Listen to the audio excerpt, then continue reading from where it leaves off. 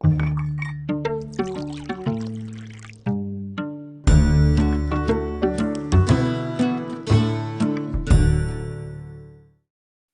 welcome you to Conversations and Coffee today. On this beautiful day, a little cloudy, but beautiful, June 10th of 2021, my brother would say to me when I was living in New York and Boston, there is nothing like the single digits of June in Columbus, Ohio. And I always note them, and it has been beautiful this last week and continues to be.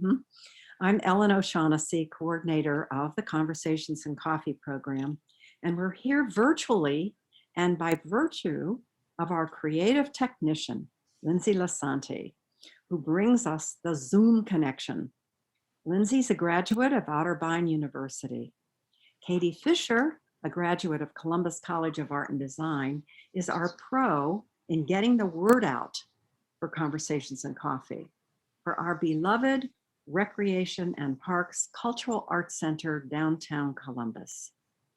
We're delighted to have with us today two of the artists from the Loft Gallery's exhibit, Four Voices of Abstraction, Dana Grubbe and Kari Djuve. Next week, the 17th, we will host for Conversations and Coffee, Karen Torvik and Patricia Sandilands. To total the four painters presenting four visions of abstraction. I went to the Cultural Arts Center this last Saturday to see the show. It is truly beautiful, contemplative, uplifting. So Dana and Kari, let us begin. Dana, you say that for you, art is a conversation, that you start with multiple paintings at the same time.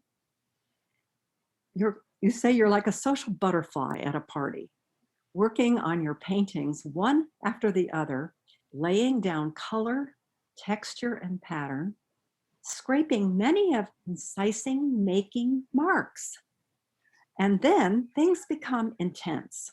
I'm fascinated, you say, and you focus on just one painting and one conversation.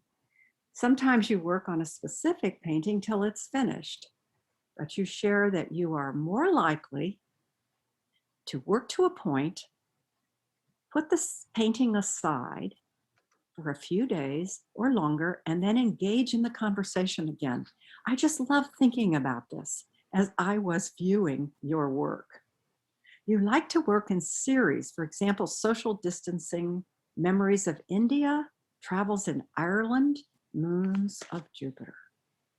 She often uses photographic references from her travels, but some paintings are inspired by memory and emotion. Dana says she's a process person. She may make her own encaustic paints or stencils. She likes to mix color and try new techniques, painting with scrapers and rollers, even with her own hands, using several colors at the same time. I visualize you're doing that, and it is delightful, Dana. Dana's roots are in printing, which is where she sees the first indication of her abstraction. Dana says that her journey has taken her through encaustic, monotypes, oil, and cold wax into repurposed house painting, acrylic, and metal leaf. Each of these mediums have special quantities and qualities that Dana may reach for as she creates. She shares that she discovered art first through architecture, museums, and travel. She started taking classes in art after retirement. And last year, Dana started teaching workshops, and discovered how much she loves that as well. Dana, you're not retired, you're rewired. I visited your exhibit at the Columbus Airport, the John Glenn Airport, and I didn't go to travel. I went to see your exhibit in April. Magnifique. Congratulations. And Kari Djuve is a local artist best known for her colorful abstract oil paintings. Kari is a long-time painter. Has degrees in psychology from Connecticut College and Fine Arts and the Oregon College of Art and Design. Kari discovered that the Cultural Arts Center in 2017 was when she was looking to recharge her painting practice after years of struggling to balance life as a full-time mother, part-time yoga teacher, and artist. She's been taking classes with Brent Payne. Kari loves traditional oil painting, which she originally learned in art school. She works with solvent-free oil painting systems. With Brent Payne, instructor at the Cultural Arts Center, she appreciates the structured environment using different types of oils, walnut, safflower, linseed as mediums instead of mineral spirits and liquid. Kari shares that painting abstractly is a sort of spiritual experience for her, that the ritual of painting is meditative and rejuvenating. I feel that as I look at your work, huh? Simply looking at oil paint colors makes her feel alive. Kari works with hand painting tiny dots in layers with color on top. I love that process. I just kind of stare into the painting. She shares, I find it invigorating to work methodically without an image in mind. It activates my curiosity and sense of adventure. Embracing the unknown in painting directly affects my ability, she says, to be open to change and challenge in my life outside the studio. How exciting. Kari, we very much look forward to your sharing your work. Dana, Kari, take it away. And Thank you, Ellen. That was just lovely. Thank you. So before we get into looking at slides, Lindsay, can I ask you to, like to do a virtual studio tour? One of the nice things about Zoom, although we all know we'd rather be in person, is that we can show other media. So I'd like you to take a few minutes to take a look at my studio before I start talking. Hey,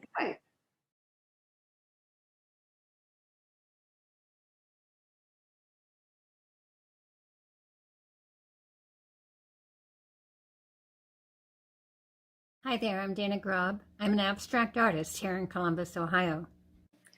And my piece, Michoacan Migration, has been accepted into the 2021 Brendu Show.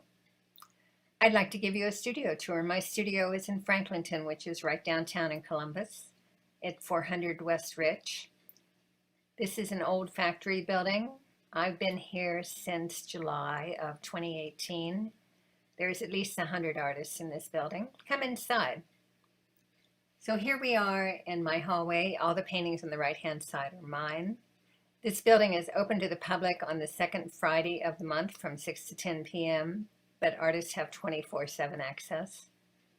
This is the piece, of course, in the show. I use my door as a communication mechanism. I have a piece of art at the Bexley Library you can actually check out. I have a piece in the Santa Fe Museum and Caustic Museum. Haley Gallery represents me. Blue ribbon I got in the spring. And the list of solo shows for 21. Normally you would also see a list of workshops that I'm teaching, but unfortunately due to COVID, that's not happening right now. Welcome to my studio. This is an amazing room and I'm lucky as can be to have it. The street outside is Rich Street, the cross street is Lucas. The big white box in the window has a very strong fan that clears out the air. Like many artists, I have a place to sit and a microwave, refrigerator, and coffee pot, very important. Just like outside, inside I also have paintings on the wall. The stack of paintings in front of us are in early stage. I do a little printing now and then. Been doing Because I work on multiple paintings at the same time, I need lots of areas where I can set things that are wet, like these paintings that are in progress. The ones on the end are in curing, they're finished now, and I can tell when they're finished because I'm the artist.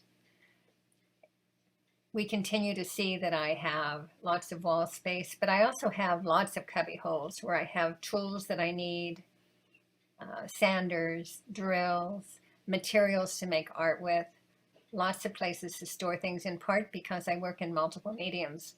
I work in acrylic, in oils, and in caustic. This mirror is an area where I can put in a model's dressing room. On those rare occasions I get a model. The tall white cabinets are full of varnishes and paints that might be flammable. And of course, you notice there was more storage on top. I also work in ink. This stack of paintings is finished, waiting for a show that's happening soon. The canvas is waiting for more paint. Oh, we haven't talked about my table. I built this table. It's glass topped. I like to work flat. Right now I'm working in oil, but the box is here because I was shipping a painting to someone. These red carts are very valuable for putting paintings on top, putting supplies on them. You can tell I'm kind of a pack rat. This area is dedicated to repurposed house paint and to materials I need when I teach workshops. I think you've seen about everything. I'd love to have you come and visit in person. Franklinton Friday, again, is the second Friday of the month. Bring a mask. Thanks for stopping. See you next time. Bye-bye.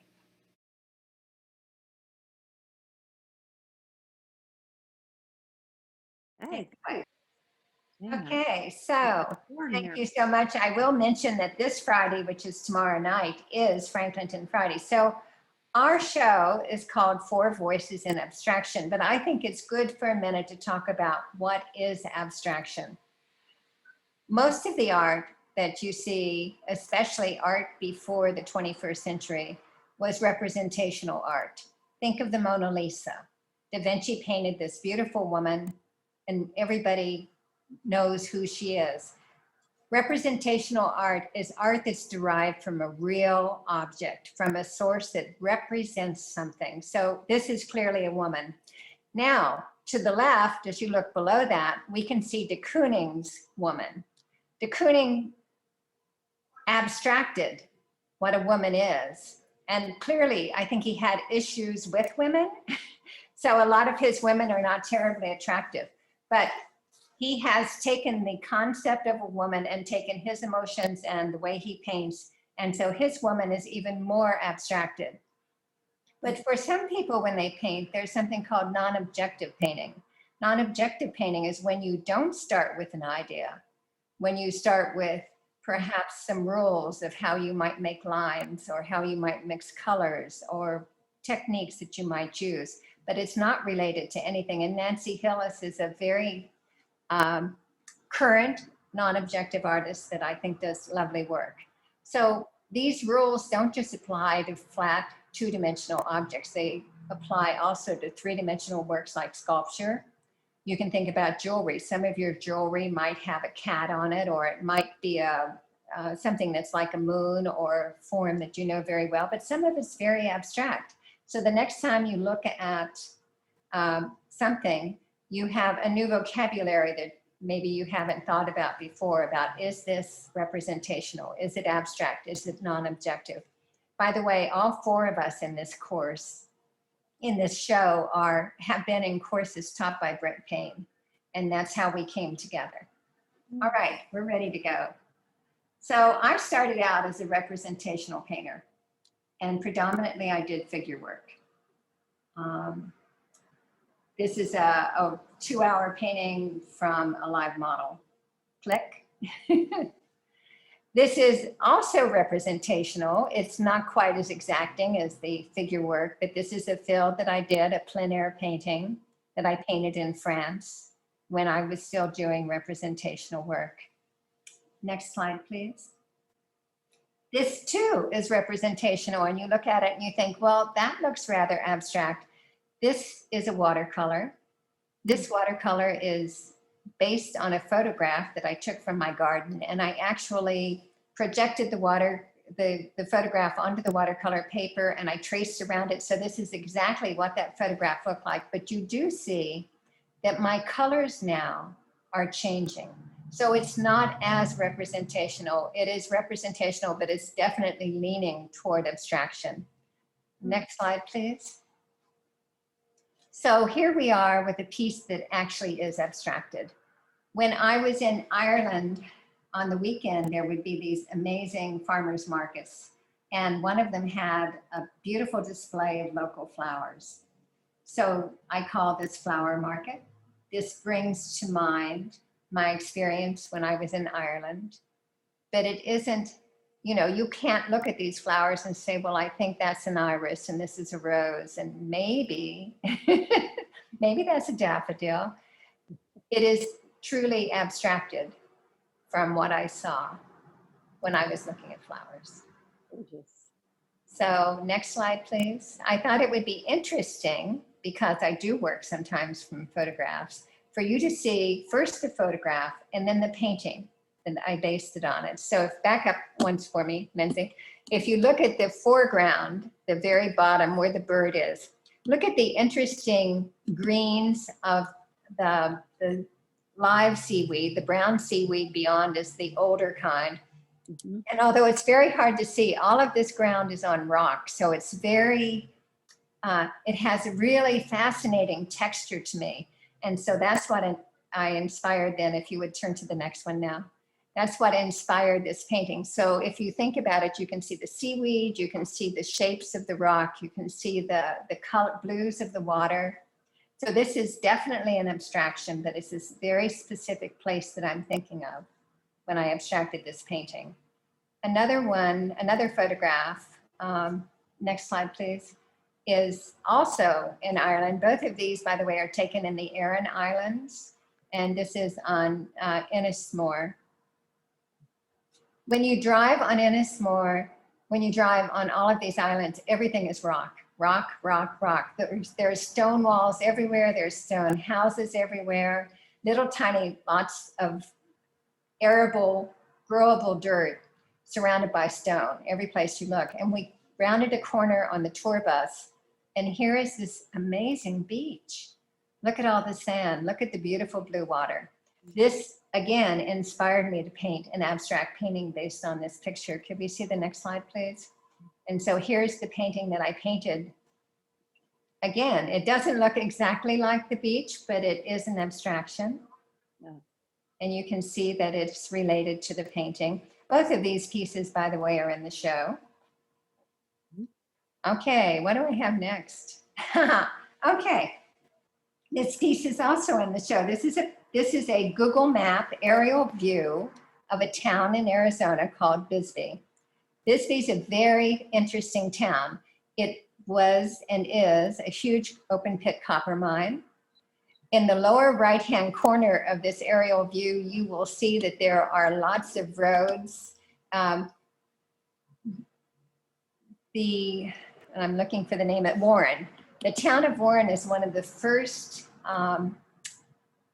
residential areas where all the houses were made at the same time, and it was made as a community for people to live in.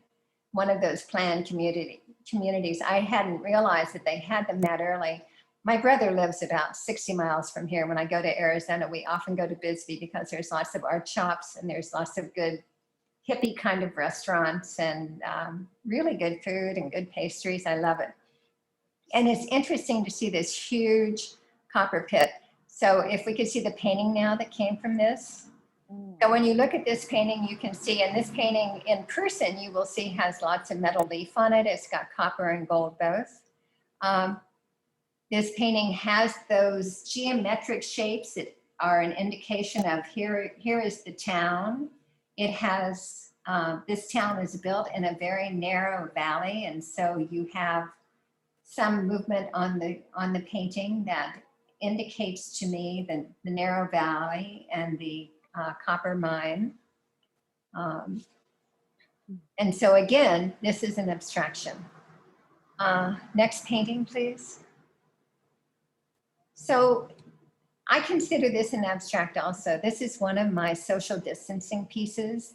all of the social distancing pieces are about the COVID experience that we've all gone through. In thinking about it, and especially early on, there was lots of discussion about patient zero. Who was the first person? How did this virus get into the human race? And so with that concept in mind, no photographs, nothing I saw, nothing I looked at, but with the concept in mind of there was a starting point and that starting point spread out, I painted this painting. So I call this patient zero. And when you look at it, I believe that you might see a sense of almost an explosion of something starting in the middle and going out, or starting at the focal point and going out. So again, this is an abstraction because I had a concept, because I was thinking about something as I painted it. So it abstracted from those thoughts running through my mind. Wow. Let's look at the next painting. So this is non-objective art. What that means is that I wasn't thinking about anything when I painted it. Now, of course, it has a title, and I often think long and hard about, especially my non-objective art when I title them, because I'm an artist. I like to sell my work, and people like titles. I know that.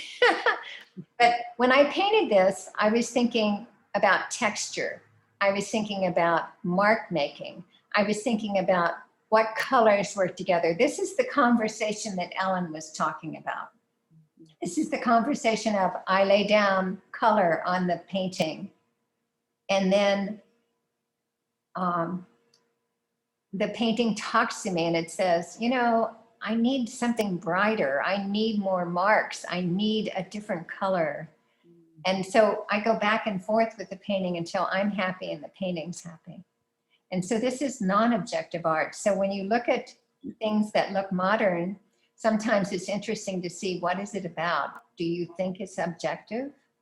Do you think it's representational? Do you think it's abstract? Do you think it's non-objective? So this is a non-objective piece. And I think I have one more, right?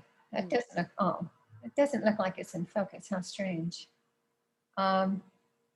My apologies. This is, again, a non-objective piece. I started with paint and I scraped off, and I added more paint and I scraped off again. This is the piece that's on my business card. Oh, And I love this painting. Somebody's bought it recently. splash. Anyway, I think we're done with slides. And Kari, Are you handing it over? I think I'm handing it over. Yeah. Yeah, that was wonderful. That was wonderful. Your presentation and your work. Oh, thank you for that. We'll No, have thank some time you. to respond. So you're taking questions at the end, correct? Right. Huh. Okay, great. Well, thank you so much, Dana. I so much appreciated, one, the tour of your studio. It's so interesting and helps understand the artist's world to see the studio in which they work. Unfortunately, I don't have an interesting background or a studio for you guys to look at because I'm on vacation right now in Chicago visiting my in-laws. So I blurred my background because it doesn't represent me, besides being my in-laws' house. So anyway, I appreciated that, Dana, a lot. And I also so appreciated your introduction to abstraction and non-objective work. I had forgotten about, I mean, I really don't think about those categories much when I'm working, and but now I can, because I'm reminded about abstract versus non-objective. And so I might be able to shed a little light on how I work in terms of those categories now that they're more clear because of Dana's descriptions. So the story that I am going to start with is the story of how I got to the Cultural Arts Center, because my story is one of starting out representationally from art school, turning abstract and non-objective, and then kind of going back the other way.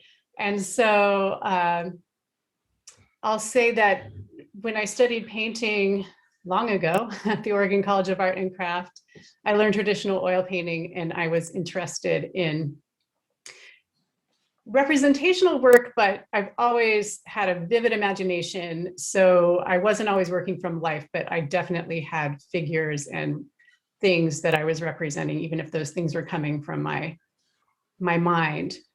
I loved oil painting. I worked in oils for years, a few years, until I developed an allergy to the solvents used in oil painting, respiratory problems, headaches. I just couldn't, I think it was the accumulation of, and also bad ventilation systems because I was poor and worked, painting in my studio apartment, that kind of stuff.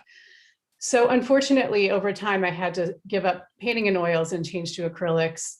It was a tough change for me. I never adapted well, but I did adapt, and it came in really handy to paint in oils, in acrylic, especially once I had children and had very short stretches of time in which to paint. So the quick drying and just the quick turnover of painting helped me even psychologically to feel like I was still making work because I could make a whole piece in a short amount of time.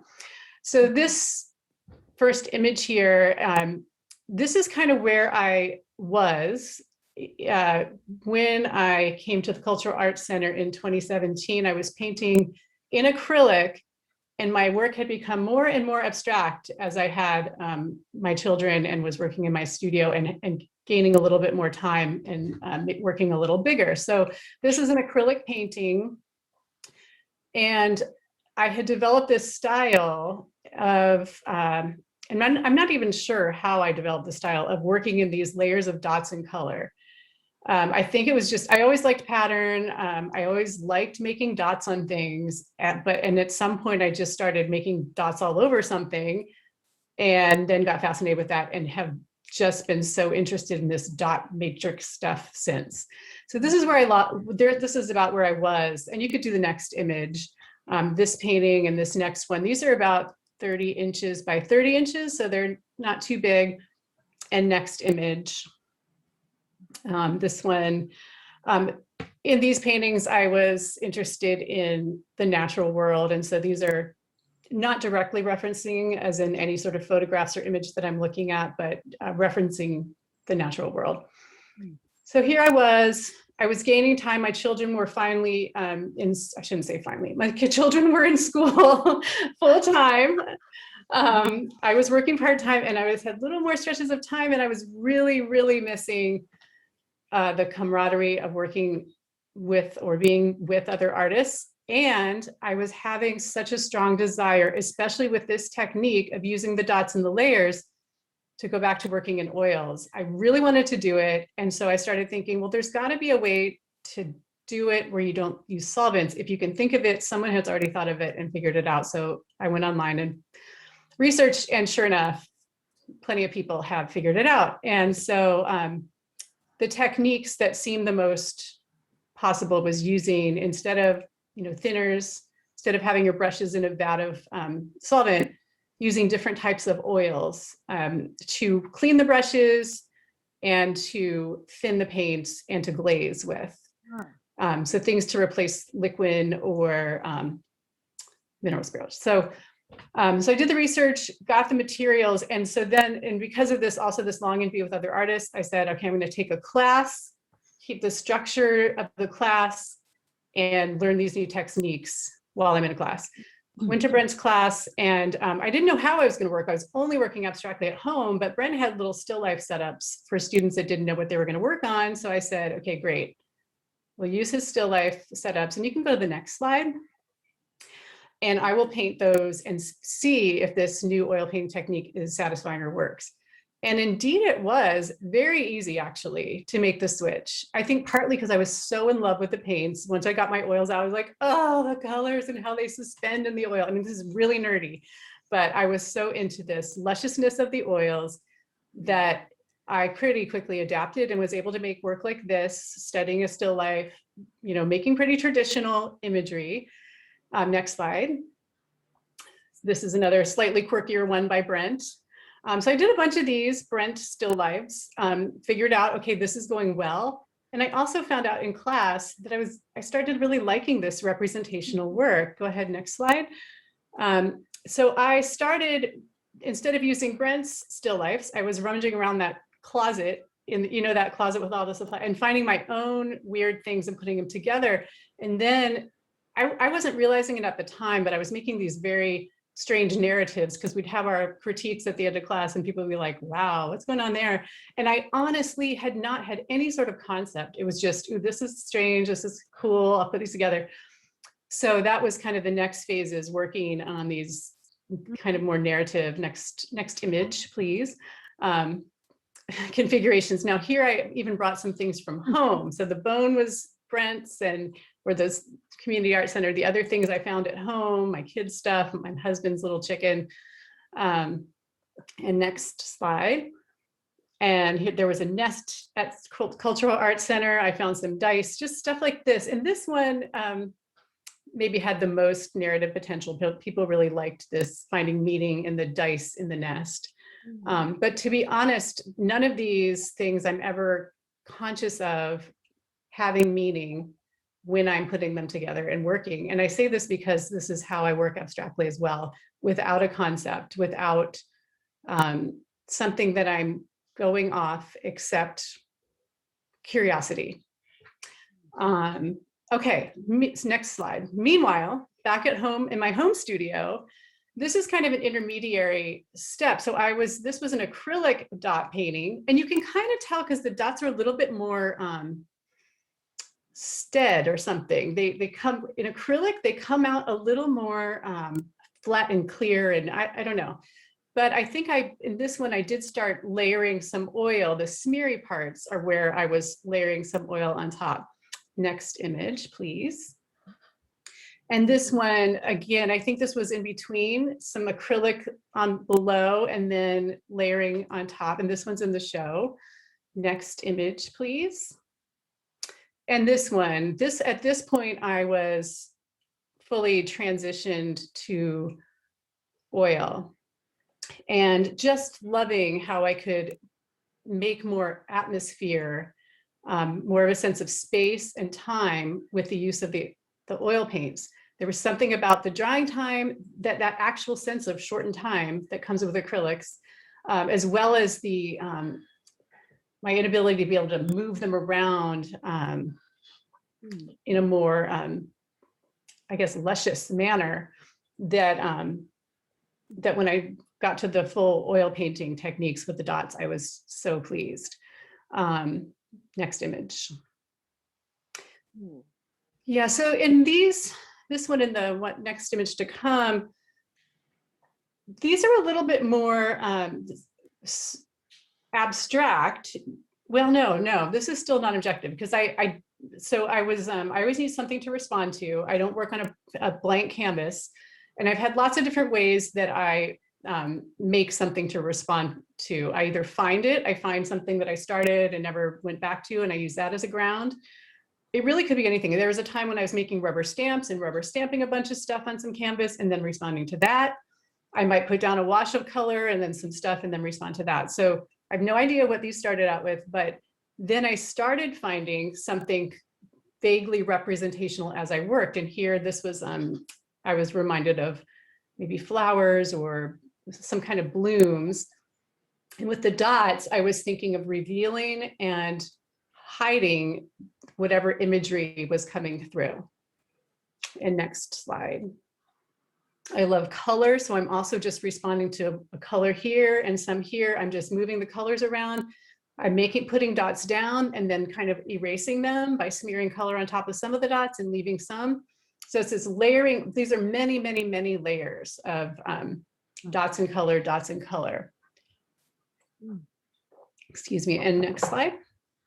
Okay, so then, so at that point, I was kind of, had a lot of still life paintings coming home, things that I put together, things that Brent had put together.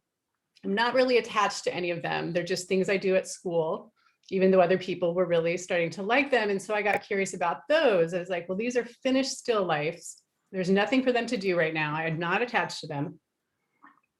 What happens if I apply these techniques to my this dotting thing to my still lifes. And so this one, this is one of the only ones where I use colored dots, brown or red dots. And I loved it. This is my first experiment here. I was like, yeah, this is so cool, that the sense of like more of a sense of time, what's going on here, and also just something fading and coming through, the representational image being obscured. So it's in between abstract and representational. And next slide. And this one also was, Dana remembers probably painting this model. This was a figure we painted in class. And this one was it was really fun. I started dotting it. My kids saw me doing that. They're like, what are you doing to her? And so, so I loved, because this whole bottom half, the whole bottom half of the painting was a failure. Like I could never get a grip on the chair and her legs looked weird. So I didn't love this painting, but once the only idea I had with this was make a bunch of dots and make the dots get closer, or do something to harmonize the legs into the painting. And so I felt like I was successful. You don't really focus on the imperfections of the image below. And I called this painting Disappearing. And it gives this really interesting question about what's going on with this woman and why she's disappearing. And I don't have answers for you on that. You can come to your own conclusion. Next one. And so now I'm just going to show you how the process works. So this is a very traditional still life, one of the first ones I made in Brent's class. So this is layer one. Just put dots one direction. I go both directions, but I start with just one direction, and then next slide. And then this is in progress in my studio right now. Flipped it upside down at some point. I mean, I'm always turning the thing upside down. Now there's dots in both layers, but you can't even tell that because I've recently put down a fresh coat of dots. There's other dots that are faded into the background because I've also gone into the colored parts. So go back to the previous slide. So you see the table, right? And then next slide again.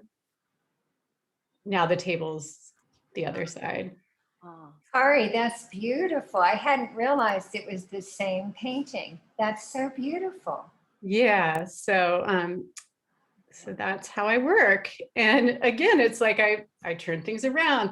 I add some color here. I erase something with color there, and come to some kind of. I'm not sure if this one's done yet. I don't know. And then this is the last slide. You can go ahead.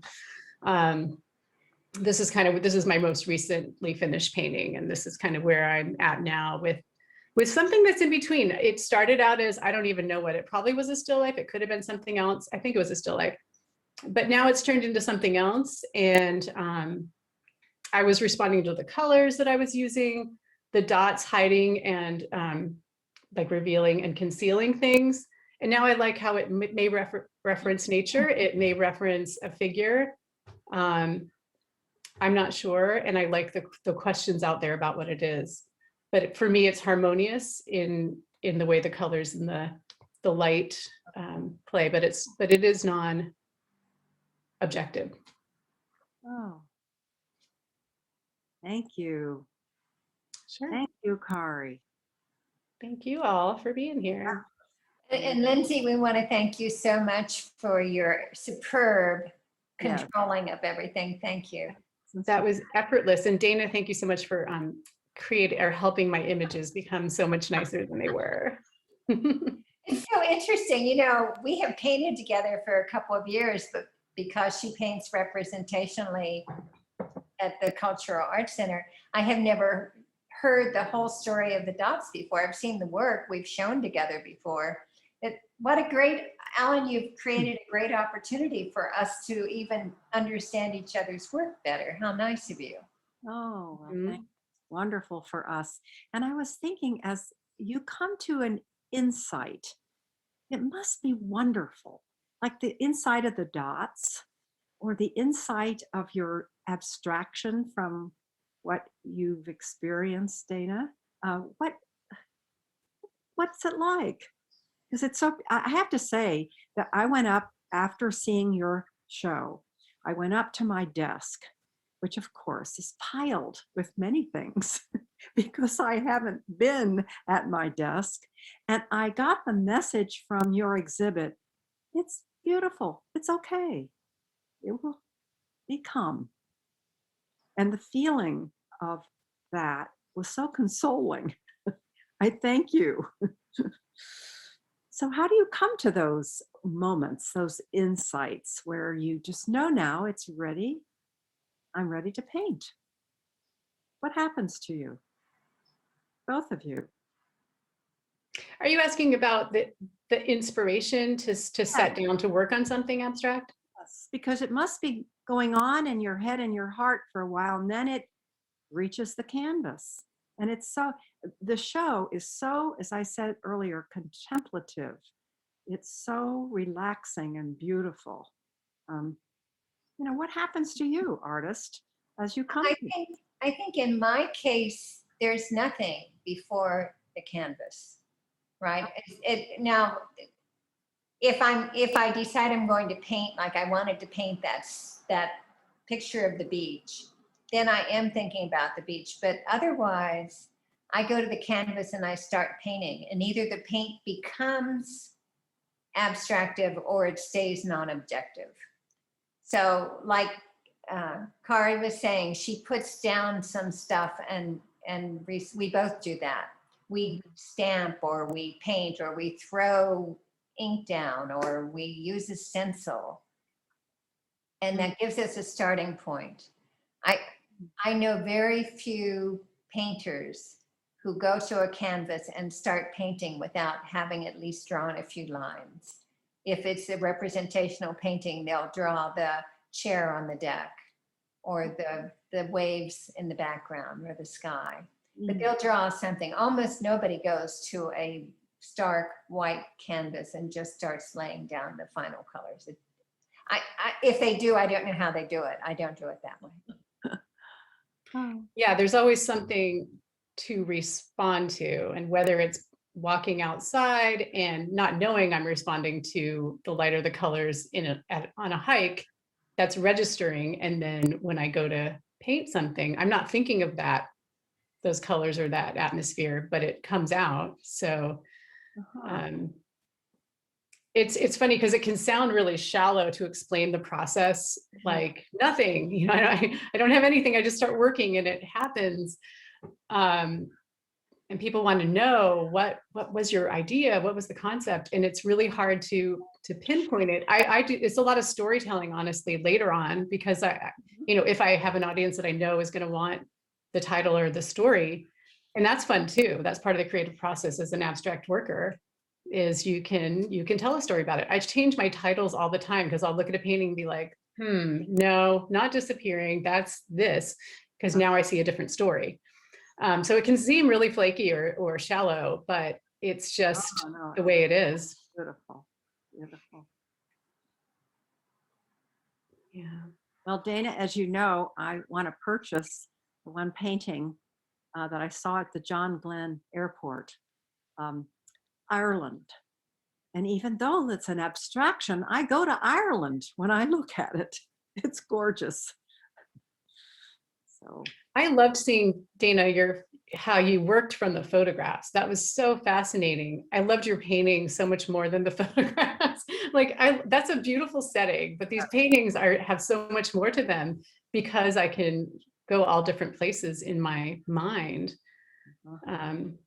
Right. I have, because I worked in India for 3 years, I have a lot of paintings based on that. And so I don't always work from a photograph, but the paint, it's in your mind, right? What you see and the odors and what you hear, and all of that comes together. So it's a multimedia, perhaps. For me at this point, it's really it's very playful. It's very much, it's fun. Even the thing where it looks like people are like, wow, how do you make all those dots? And it's not technical at all. It is very meditative. I think of it much akin to, I'm a long-term time yoga and meditation practitioner. So I think about it very much the same way as when I sit down and I'm quiet and there's nothing going on, but then there's all this whole world inside that I can tune into and that I can pay attention to and enjoy. But it's very playful. And because I'm not concerned anymore about what people think of the work so much, it's just a joyful process. We are so similar in so many ways. It's like when I like something, I like it, and if I don't like it, I paint over it. Yeah, yeah, I mean, exactly. don't paint over that. One of the things that I like teaching, and that's something I've only done recently. And so last night I had a workshop, and one of the things that I'm teaching is that if you don't like something, let me show you how to take it out, right? And people are going, ah!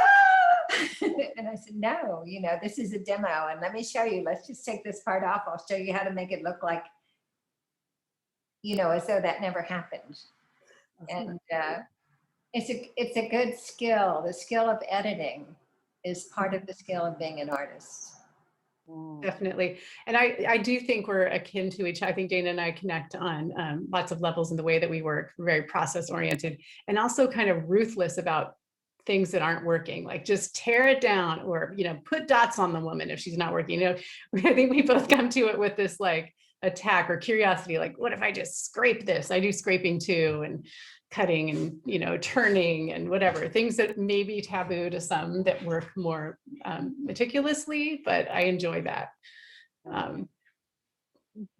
It'll be interesting to hear what Patty and Karen have to say, because they too are, Kari and I are in one class and they're in a different class. And although I've been in their class once, that's how I got to know them. And when I had this idea that it would be great to have, having worked in a gallery, having worked in painting for a while, I know that people who like abstract art are a minority, not a majority.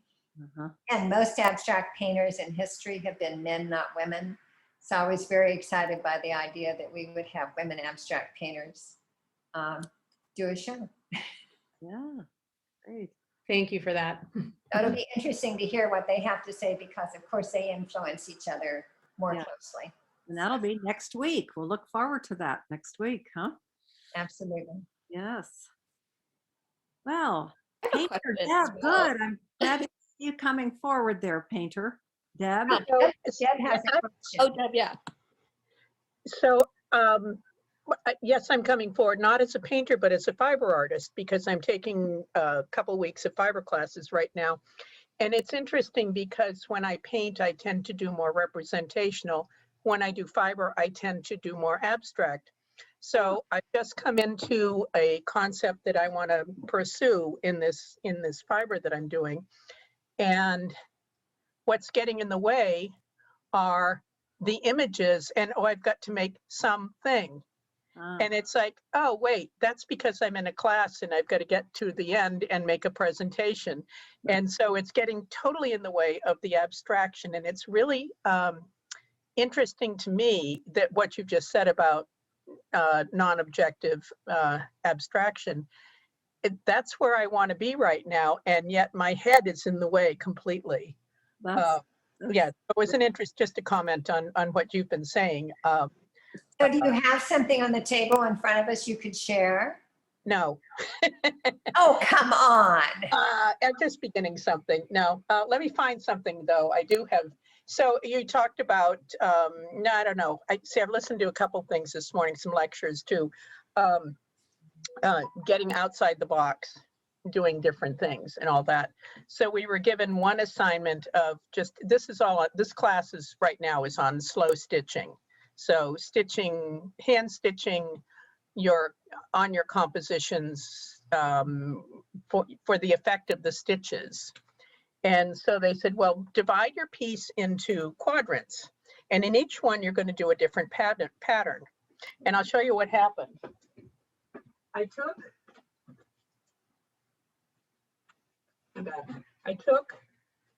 the 4 quadrants and eliminated them and made them 4 verticals because I didn't want to do quadrants. And I took a long strip and a rectangle. And I don't know how well you can see this. Oh, we can see. We can see. Hold Yeah, I on. don't know if you can see the stitching or not on it. But anyway, I just, I took them. They have somewhat related palette. And then and this one, I don't know if you can see, it's more of a rusty red. And there's a little green up here with the gold and all that, and earth tones and browns and all that. And it was a matter of how I used the stitches to stick it on, and then how I used the stitches to connect them all. You And tie it all together. Deb, by the way, is a natural. Her mind works abstractly. except when it gets in the way. In the way that that's so creative, the way in which you approach that. So this was the sample. This was an exercise and a sample. And I had more fun with that than I'm having with my project right now that I've started in on. But it's interesting. Your head can get in your way. It can be your best. It can be your best friend in that you go to your emotion or whatever connection you're making. But it also can be a block, a wall to get through, to go to the stuff you want to do. Not because your head says you should, but just this is where your heart is. This is where you want to go. So For a lot of time over the last year, Deb and I have had a weekly call where we show each other art and we talk about our art. And that feels exactly like what we're doing right now. yeah. Oh, I know what you're saying, Deb, like about the mental, those constructs that you have that are hard to break through. And I think I had that with representational and abstract, thinking that they were separate worlds and that I needed to keep them separate.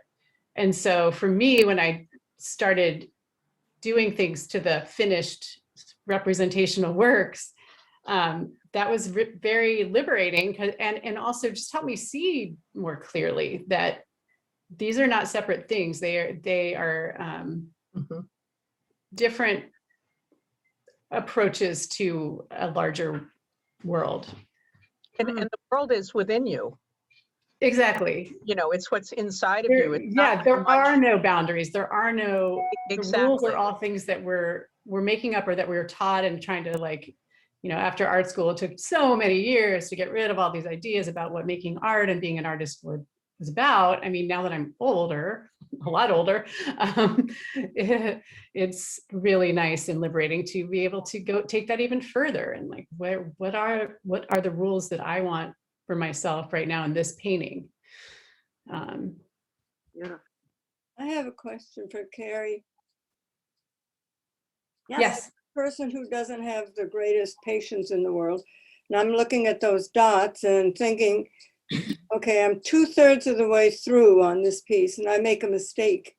What do you do? I mean, if you get a dot too big or you spill a little bit of ink or whatever. No problem. There's no mistakes really. For me, Look at them, they're so perfect. they're not so perfect. Oh, no. If you look up close on any of the dots, they're hand drawn and it's a very quick and fluid process.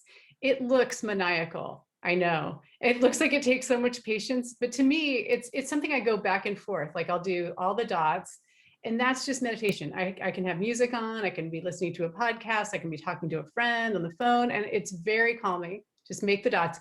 Then, and that gives me a break from the other part, which is layering color and erasing and making choices. With the dots, I'm not making any decisions. I'm just on a sort of meditative autopilot that's very relaxing and relatively quick. Anything that goes wrong can easily be changed and fixed or discarded. For me, because because that's how I work. Maybe Inga and I are thinking, well, if we were doing the dots, we wouldn't find it so playful, huh? Yeah, you might go insane. I would probably end up ripping it in half and throwing it somewhere. Well, it's funny because I don't think of myself as a terribly patient person. In a lot of ways, I'm kind of a quick, high energy person. But that's another side to a complicated person, I guess, that I can sit for long periods of time and make dots and enjoy it. Oh, well, you know, that makes me think of Sigmund Freud's whole thing of the healthy psyche. It's made up of love, work, and play. And I love it. Usually Freud is thought of as being, "Ah," but I thought this does make him healthy too, huh? Yeah. And you've come through, both you and Dana, with that healthy, contemplative sharing of love and work and play. And it's just been an amazing time with you. Thank you. So grateful. Well, thank you for inviting us to join you today. And we look forward to your broadcast next week with the other pair of the Yes. Voices of Abstraction. Yeah, it's Karen Torvik and Patricia or Patty Sandymans. Pat. Should I just go by Pat, huh? Okay, good. And just an additional thanks to Dana for conceiving of this show and then encouraging us all to do it. And we were all absolutely yes, but we wouldn't have thought of it on our own. And I know Dana's been a really good mentor to me, just pushing me to, in a good way, in a way that I appreciate, to get my work out there and be seen. And so this talk is just another step in getting out there that I appreciate Dana's and your support, Ellen and Katie and Lindsay and Deb and Inga for coming. Thank you. And whoever else is on here, Chris in City of Columbus. That's right. The whole city. Yeah, the whole city. Thank you, everyone in Columbus. Yes. Bye. Thank you. Thank you. It was wonderful.